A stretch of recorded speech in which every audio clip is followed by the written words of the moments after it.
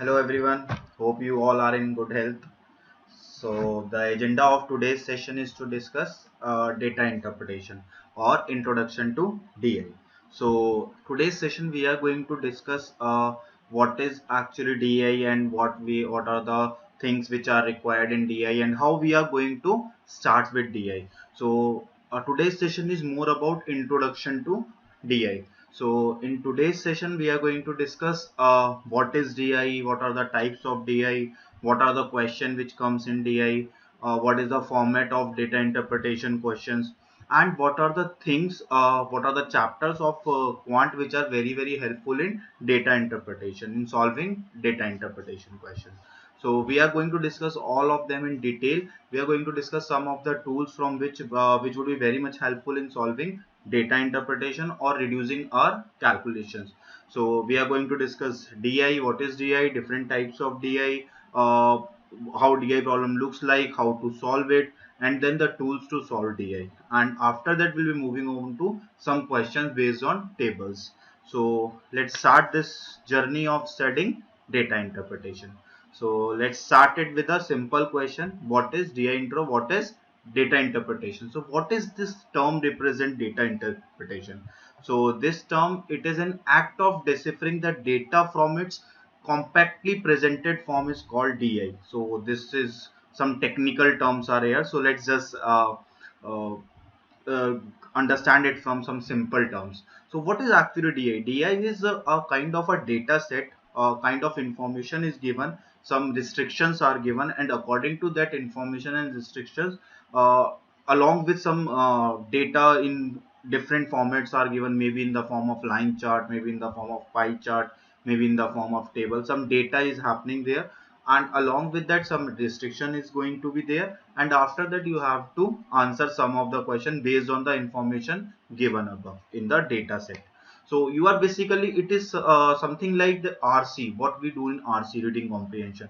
What we do in reading comprehension, we just analyze the data which is given in the paragraph, and according to that passage we are going to answer some of the question based on our comprehension and our understanding of the passage. The same thing it is going to happen here. So we have been given some data, and according to that data we have to answer some of the question using some quantitative aptitude tools and your quantitative skills also.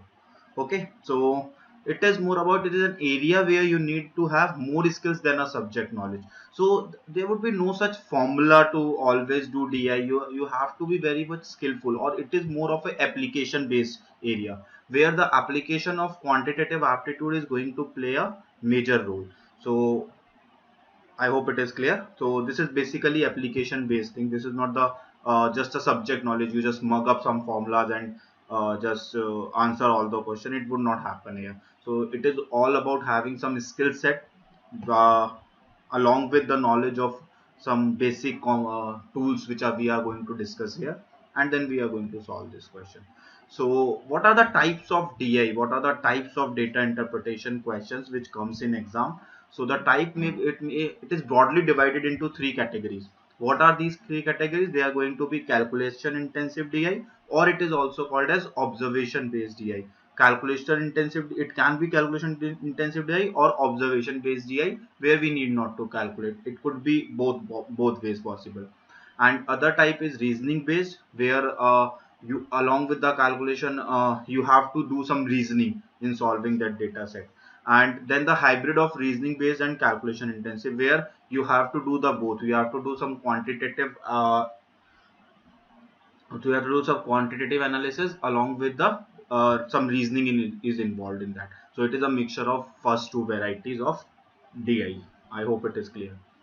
So we will see this later how this can be done. So what are the basic pillars of calculation intensive DI? So we have just discussed that DI is divided into three categories: calculation intensive, reasoning based, and the combination of both of these, calculation intensive and reasoning based. So now let's discuss what is calculation intensive DI. So what are the basic pillars of calculation, or which are going to help us in calculation intensive DI?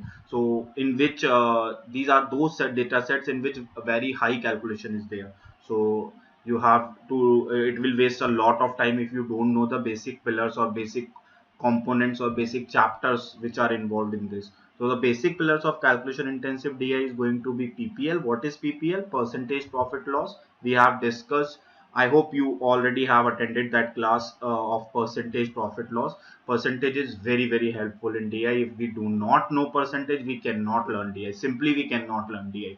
It is prerequisite for DI. At every point we are going to use percentages. So percentages you can say is the father of DI. So if we do not know percentages, we cannot learn DI. So percentages are very important for DI. Next, the important pillar for calculation intensive DI is going to be RPV. Now, what is this RPV? Ratio, proportion, and variation. So we have to use the concepts of ratios which we have discussed in quantitative ability again. If ratio between something is given and difference is given, how to find out the value. If ratio between two or more quantity is given and one of the quantity is given, then how to find out the other values, and all those kind of things we have discussed in ratio, proportion, and variation. And the last is going to be our average, mixture, and alligation. So we have discussed average again. I hope you have attended that session also of average. So what is average? Average is equal to sum of all the observation divided by number of observation. So you will see in this chapter also majority of questions will be from percentage and average only. So you have to calculate sometimes percentages, sometimes you have to calculate the average. So you should know the basics of these chapters. It is going to be the application of these pillars or these chapters only. So you have to be very good in these chapters if you want to be very good in DA. Okay, so these are the basic pillars of calculation intensive DA. Next, percentage class, which we have already discussed. It is a prerequisite to attend DI intro session or DI any session, you can say. So percentage is very helpful. If you do not know percentage, then understanding of DI is next to impossible. So percentage is must. So for this session, so must develop speed and confidence in basic calculations and approximations. We'll be doing this along in every chapter of DI. Some calculations will be there, so we can use some approximations. So rather than doing the exact calculation, we can always do approximation. We can look for options, which options are can be eliminated easily. We can eliminate them, and from the remaining option we can easily get the answer by using approximation. So you need not to calculate always the exact answers. Sometimes, or most of the times, I must say, approximations are more than sufficient to answer the question. And by doing approximation, we will save a lot of time. And in any of the exams which you are going to give, your calculation, your time is going to play a major role. So you have to save a lot of time in DI. So you have to use the approximations in calculations. Okay, let's move forward.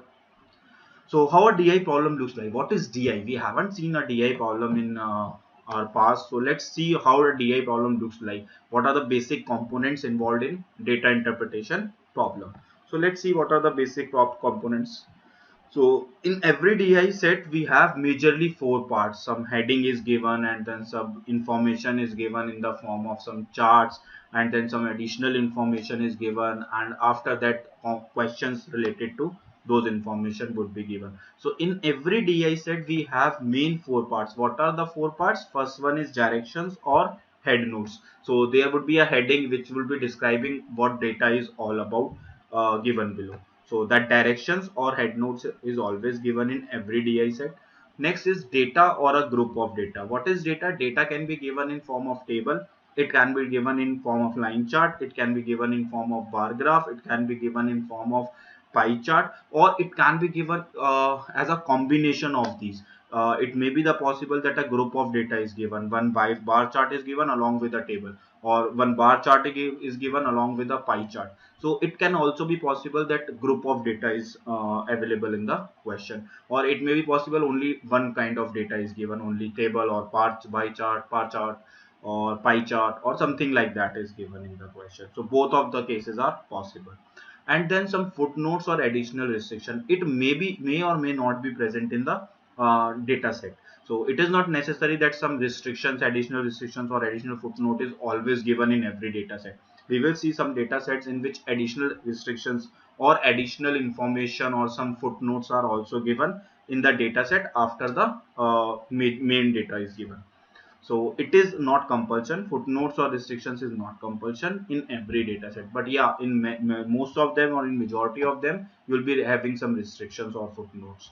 After that, the questions, relevant question, according to the data, what is the questions which have been asked, which you have to answer, followed by 4 options. Most of the time 4 options, so you have to answer. Okay, so this is how a typical DI problem looks like. So it contains majorly 4 parts. What are these 4 parts? Directions, head notes, then data or group of data, then footnotes, restrictions, and the relevant question which are given to you. I hope it is clear to everyone.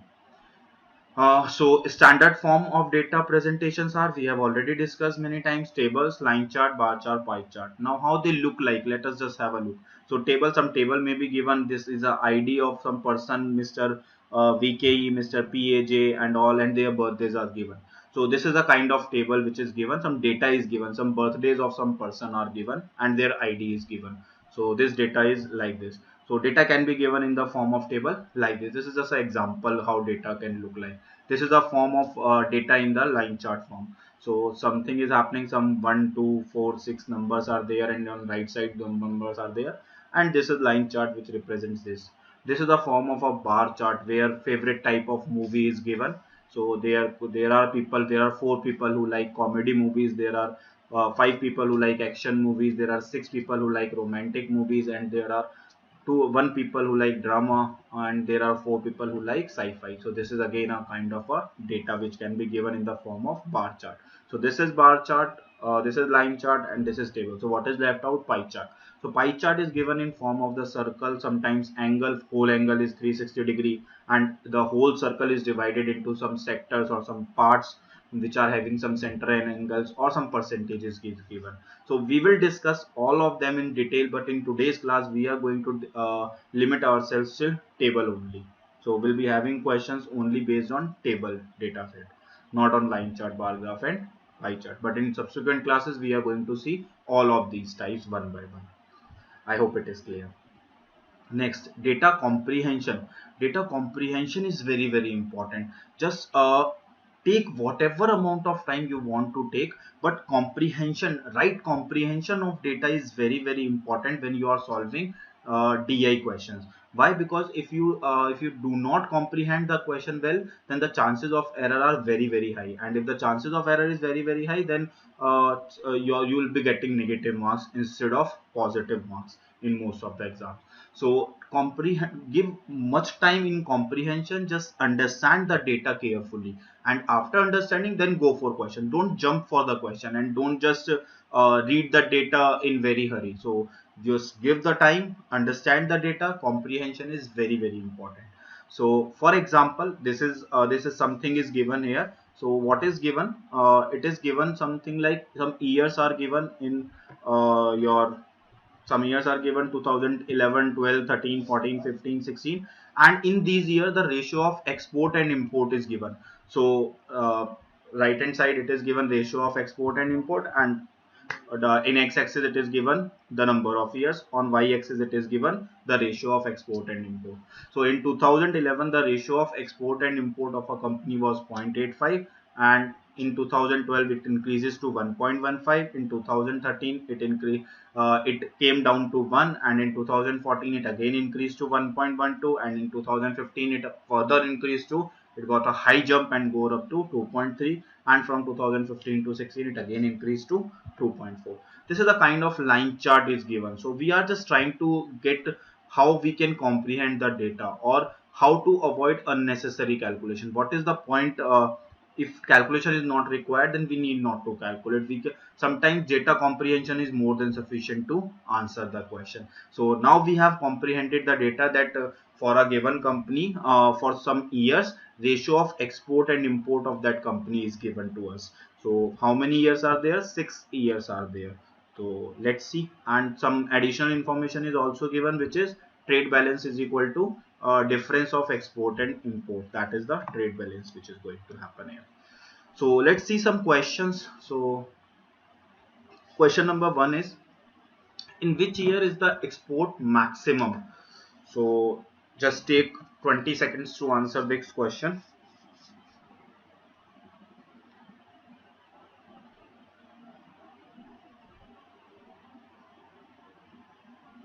I hope most of you have answered it correctly.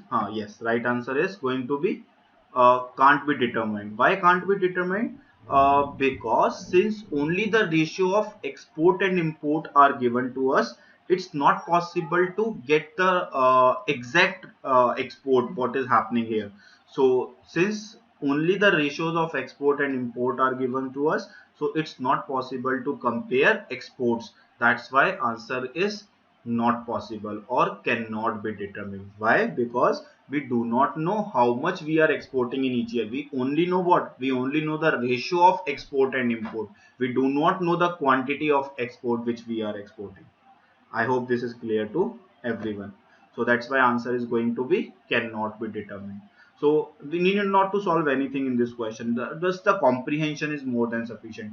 What we have comprehended? We have comprehended that it is what is given in the question. Ratio of exports and imports are given in the question. And what is this ratio and export? If ratio is given, then we do not know the exact quantity. We have discussed this thing. If ratio of export and import is 3:2, then we cannot take export to be 3 and import to be 3. Export and import will be multiple of 3 and 2 respectively, but they are not exactly 3 or 2. They can be 3 or 2, they can be 6 or 4, they can be anything, but they will be in the same ratio of 3:2, but they are not the exact, they are not exactly 3:2. That is what we are going to discuss. So answer is cannot be determined. Why cannot be determined? Because we do not know the exactly what is the your exports in each of the year. We only know the ratio, and only by knowing the ratio we cannot get to the answer.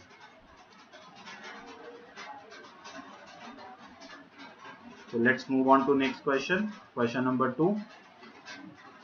So what does this question says? In which year is imports minimum percentage of exports? So import is minimum percentage of export in which year? Just take 20 seconds to answer this question. Again, a very easy question.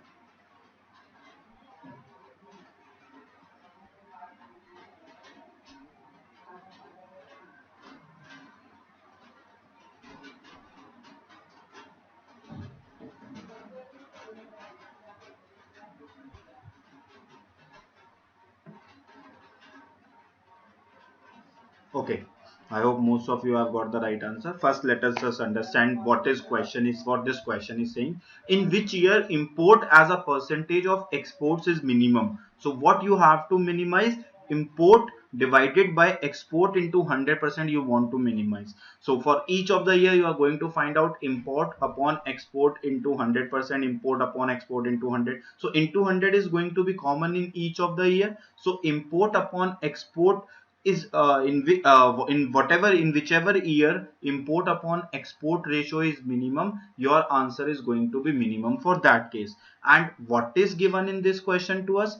The ratio of export to import is given, and what is asked in the question? The ratio of import to export, exactly the reverse. So wherever the export to import is maximum, at that time import to export will be minimum. Reciprocal is happening. So whenever between, for example, let's have an example. For example, ratio of export and import for 2 years is, for 1 year it is let's say 1/2, and for other year it is 1/3. So which is greater? 1/2 is greater or 1/3 greater? Obviously 1/2 is greater, which is 0.5, and 1/3 is 0.33. So if ratio of export is 1/2 and 1/3, then what is the ratio of import to export? If ratio of export to import is for 2 years is 1/2 and 1/3, then what is the ratio of import to export for these year? Reverse. So reverse will become 1/2's reverse is 2 and 1/3's reverse is 3. So which one is greater? 2 is greater or 3 is greater? Obviously 3 is greater. But 1/3 was smaller as compared to 1/2. So for whichever year ratio of export to import is maximum, for that year the ratio of import to export is going to be minimum. So what we want to minimize the ratio of import to export. So we have to maximize the ratio of export to import. Now observation is more than sufficient to answer. Just by observing the data we can say for which year the ratio of export to import is maximum. It is for 2016, which is 2.4. So for whichever year the ratio of export to import is maximum, for that year the ratio of import to export is going to be minimum, and it is for year 2016. We need not to solve, or we need not to check for each of the year. Okay. So the percentage minimum means ratio minimum, obviously. So the ratio of imports to export minimum means export to imports has to be maximum, the reverse. So export to imports is maximum in the year 2016, which is 2.4. So just by observing the data, you can answer the question without solving. It's not like that just seeing the question, just start your pen and start solving for each of the year what is going to be import and export ratio, and then getting the answer. Need not to solve it if we have comprehended the data very well. Okay. So what has been asked in this question? The ratio of import and export is minimum for which year? It is going to be minimum for that year for which year the export to import is maximum, and it is maximum for year 2016. We can directly by observation say it from the line chart which is given to us. Okay. So let's move on to next question. So answer here is 2016. Next question, question number 3. In which year is the difference between export and import is maximum? Take again 15 seconds to answer this question. Very, very easy question to all of you.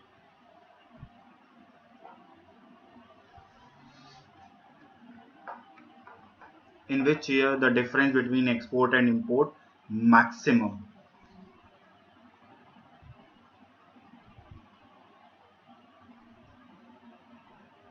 Yes, answer is cannot be determined. Again, why cannot be determined? Because only the ratio of export and import are given. It's not possible to compare again and get the answer. I hope it is clear to everyone. Why answer is cannot be determined? Because here only the ratio of export and import is given. So it's not possible to compare. For example, again take an example. For example, I say ratio of export to import is let's say 2 is to 3 for one of the year and 3 is to 4 for another year. So 2 is to 3 for one of the year and 3 is to 4 for another year. So difference is not going to be 1 in this case, because 2 is to 3 doesn't mean ki one has to be 2 and other has to be 3. It can be 200 300, it can be 2000 3000. If it is 200 and 300, difference between them is 100. If it is 2000 and 3000, difference between them is 1000. So we do not know the exact value, we only know the ratio, and if we only know the ratio, then getting difference is not going to be possible for us. So for which year if we cannot get that exact difference, then we cannot compare them and cannot say for which year it is going to be maximum. So answer in this case is going to be cannot be determined, because it is only ratios is given, and by ratios we cannot get the exact difference. I hope it is clear, because if ratio is 2 is to 3, that means numerator is going to be a multiple of 2 and denominator is going to be the same multiple of 3, but they are not going to be 2 and 3 exactly. They can be any multiple of 2 and 3. For example, they can be 2 or 3, they can be 4 or 6, they can be 2 3s are 6 and 3 3s are 9, they can be 2 4s are 8 and 3 4s are 12. They can have infinite values, and according to the value of k, it will change, the difference will keep on changing. If it is 2 and 3, difference is 1. If it is 4 and 6, difference is 2, and difference is going to increase further.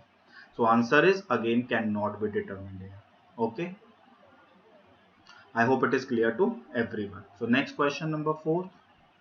In which year is the difference between export and import minimum? Again the answer should be cannot be determined. If for maximum it is not determined, so you can say for minimum also, sir, it is not determined.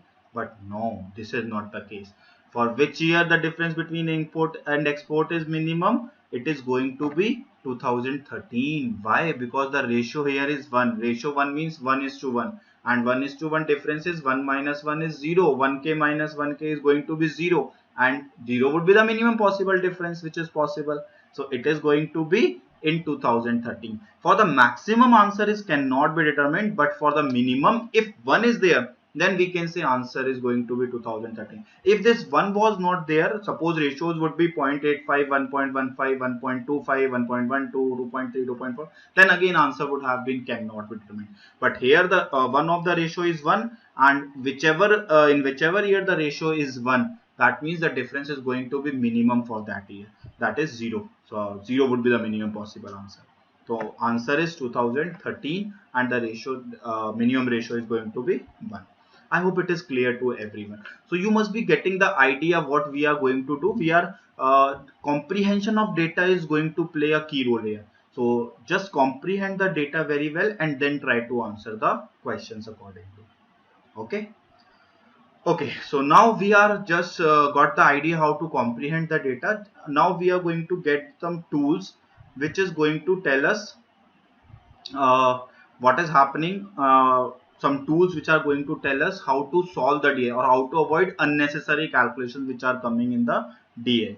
So just by using some tools which we have discussed in quant also, so we are going to discuss some of the tools which will help us in solving the DI question where calculation is there. So what are those important tools? So tool number one is going to be percentage to fraction and fraction to percentages.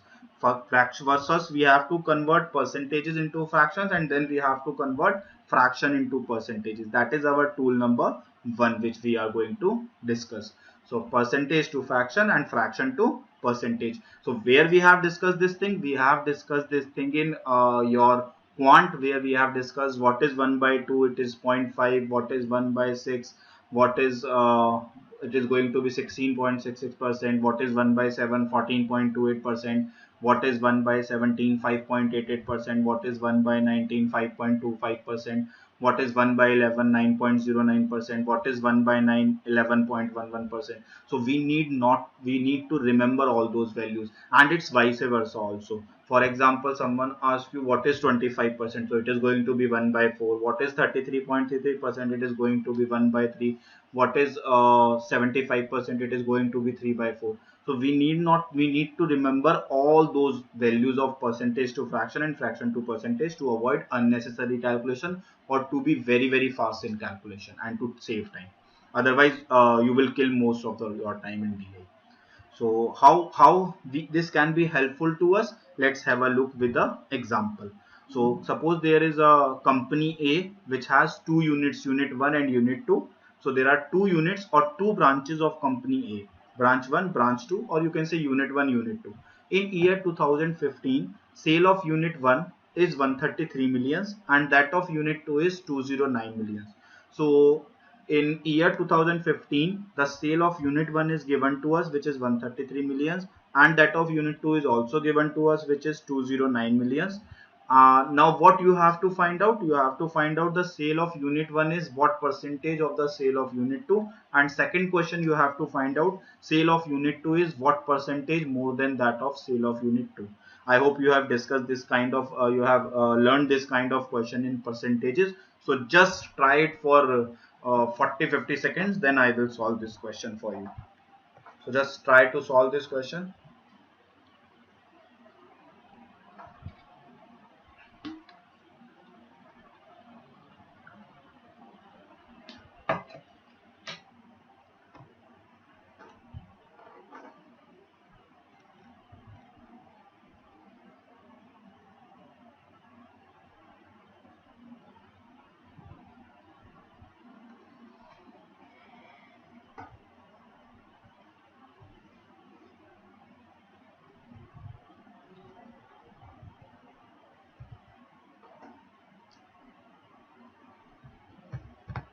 Let's start solving it. Some of you have got the answer.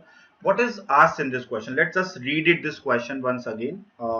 Just read it along with me. Company A has two units, unit 1 and unit 2. In the year 2015, the sale of unit 1 is 133 millions and that of unit 2 is 209 millions. So sale of unit 1 is what percentage the sale of unit 2? First we have to find out.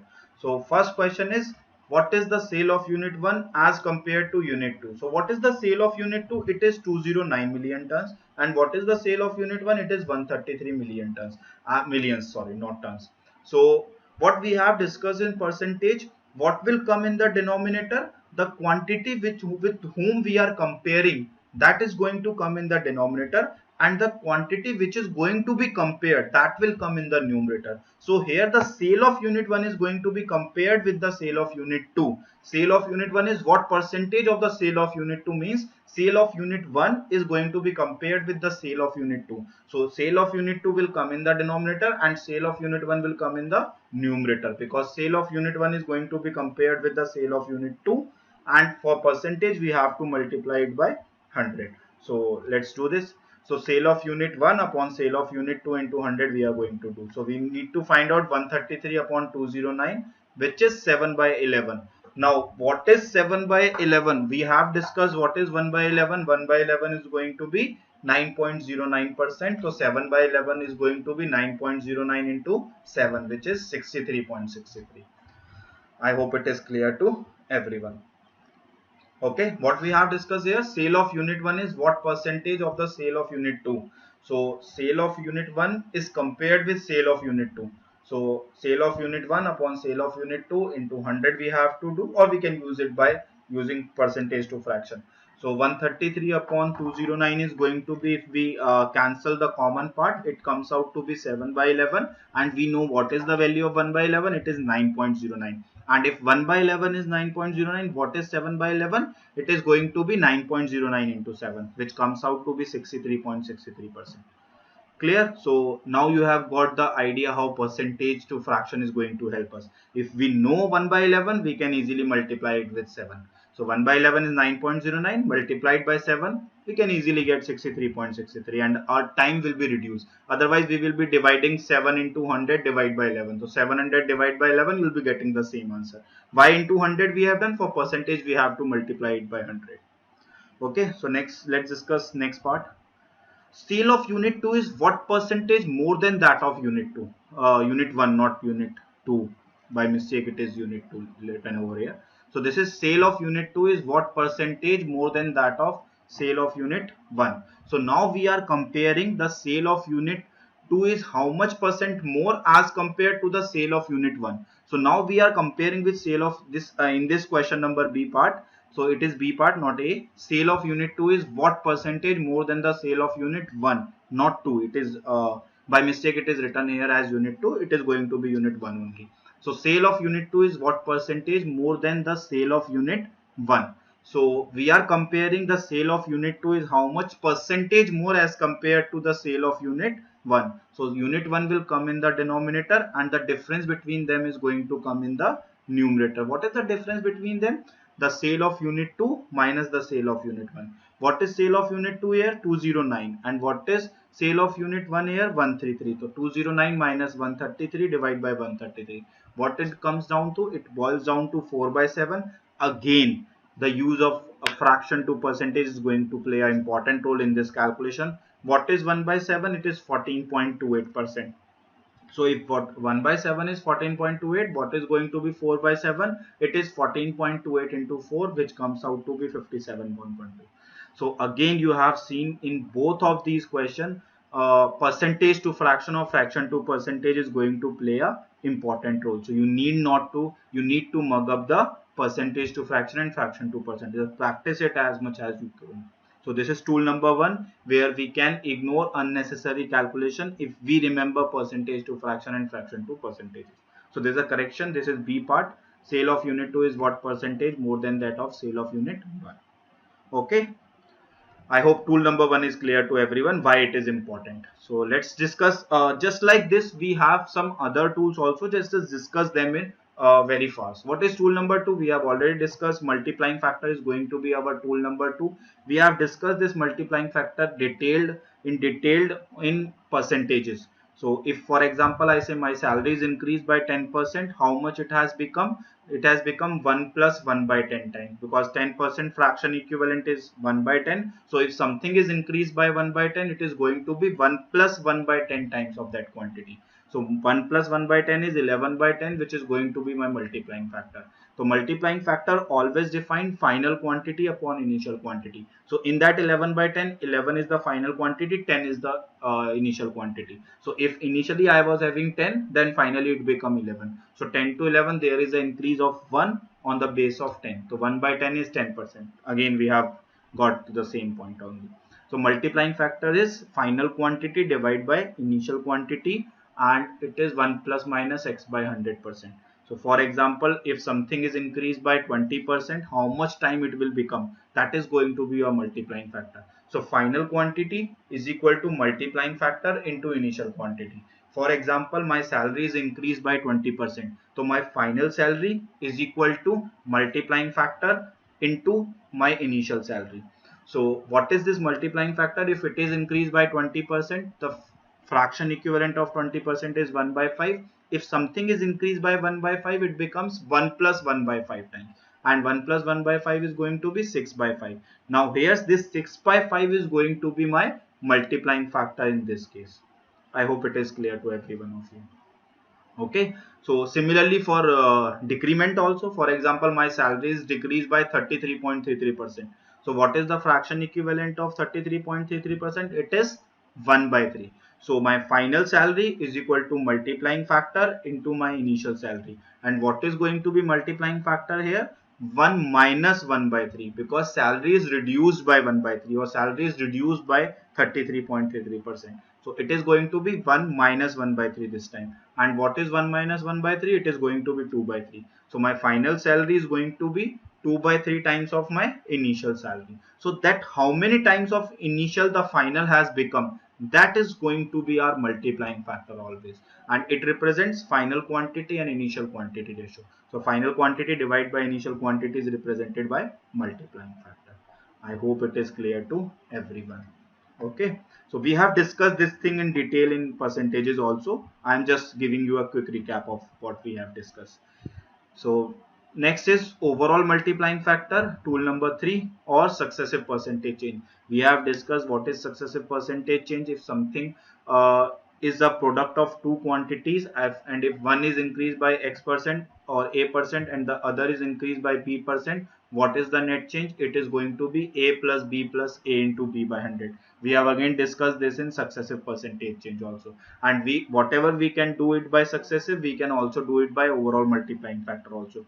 For example, if the length of the rectangle is increased by 10% and the breadth of the rectangle is increased by 20%, then what is going to be the net change in the area of the rectangle? Now let's do it by both the examples. Area of rectangle is length into breadth. Length is increased by 10%, breadth is increased by 20%. What is the resultant change? It is going to be 10 plus 20 plus 10 into 20 divided by 100, which comes out to be 32%. So area is increased by 32%. And if we want to do the same question by overall multiplying factor, we can do it. How we can do it? Earlier area was length into breadth. Now length is increased by 10%. So how much times it has become? New length is equal to 1 plus 1 by 10 times of the original length L. So 1 plus 1 by 10 is going to be 11 by 10. So first multiplying factor is 11 by 10, and how much new breadth has become? It has increased by 20%. And what is the fraction equivalent of 20%? It is going to be 1 by 5. So it will become 1 plus 1 by 5 times of the original breadth. And what is 1 plus 1 by 5? It is going to be 6 by 5. So my overall multiplying factor is going to be the multiplication of these two factors. So multiplication of 11 by 10 into 6 by 5. And what is multiplication of 11 by 10 into 6 by 5? It is going to be 66 by 50. So overall multiplying factor is going to be 66 by 50. And what does this overall multiplying factor represent? This represents final quantity upon initial quantity. So if initially I was having 50, then now it has become 66. So 50 to 66, there is a growth of 16. So growth of 16 on the base of 50. So 16 upon 50, and for percentages we have to multiply it by 100. So it is going to be 32% again. Whatever I am doing this right now, I am doing it in very hurry or very fast, because we have discussed all of these things in percentages in very detail. So need not to discuss all of them again. I am just revising all of you for you. So I'm just giving you the quick recap what we have discussed.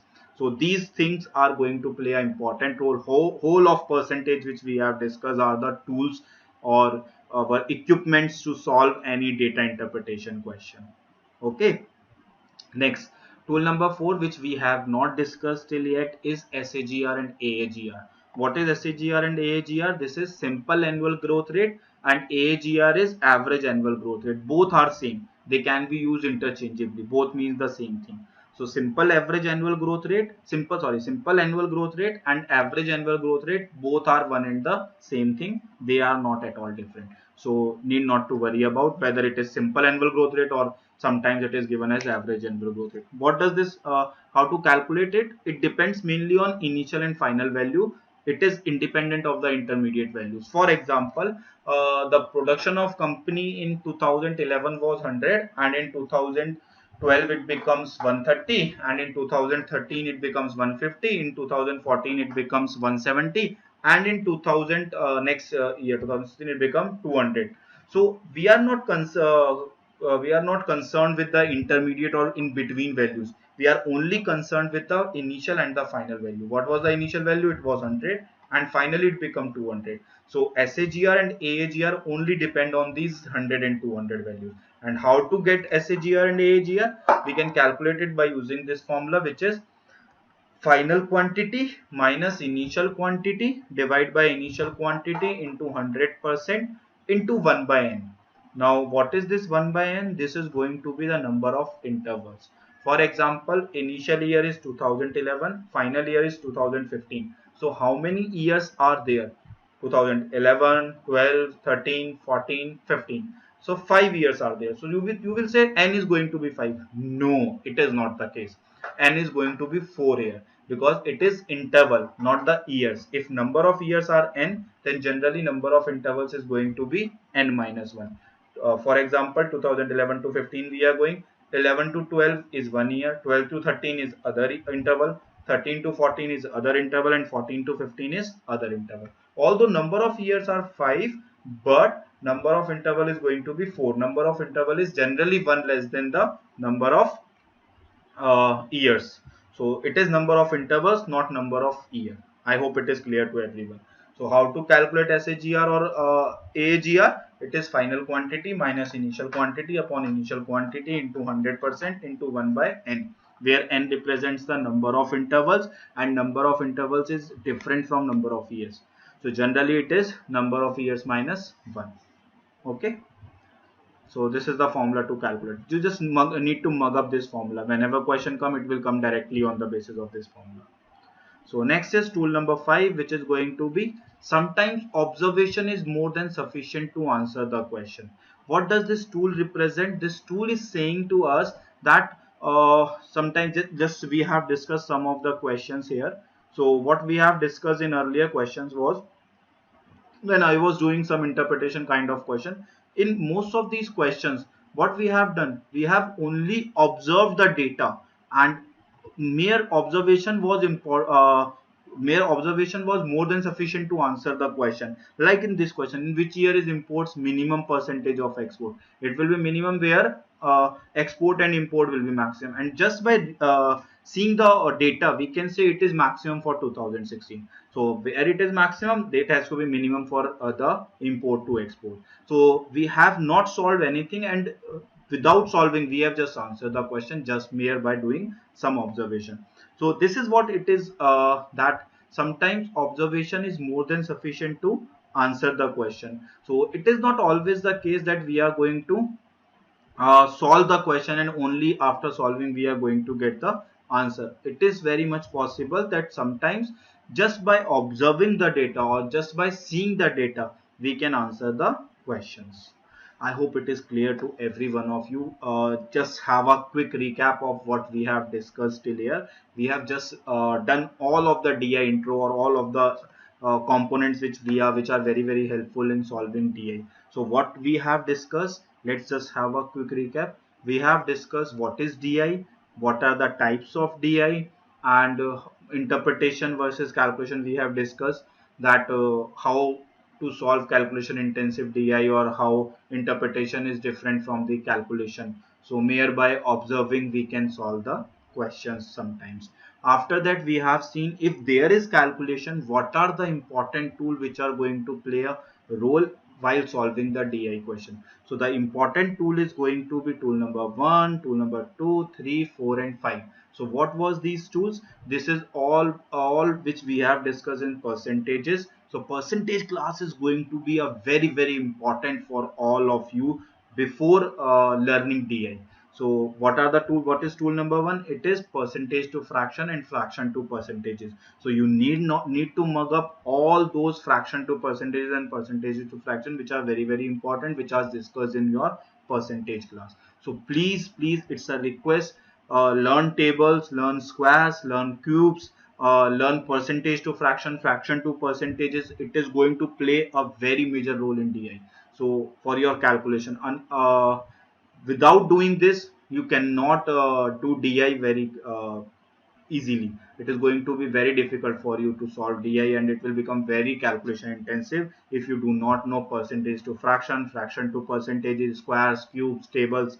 Very important. So you need to learn tables up till at least 20. You need to learn squares up till 20. You need to learn cubes up till at least 15. You need to remember the percentage to fraction and fraction to percentages of up till 1 by 20. So this is very important. Please do this. And after that, we have discussed tool number 2, which is multiplying factor. We have discussed this in detail. What is if we increase and what is if we decrease. So final quantity is going to be multiplying factor into initial quantity. And then we have discussed overall multiplying factor or successive percentage change. So it is the net change which is going to play a role. And then we have discussed what is SAGR, AAGR along with the formula to solve it. And in the last, we have discussed the last tool, which is very important. Sometimes observation is more than sufficient to answer the question. So this is all about the introduction or the equipments which are very helpful in DI. So in part 2 of this session, we are going to discuss some of the questions related to whatever we have discussed. Those questions will be based only on tables. Okay, thank you.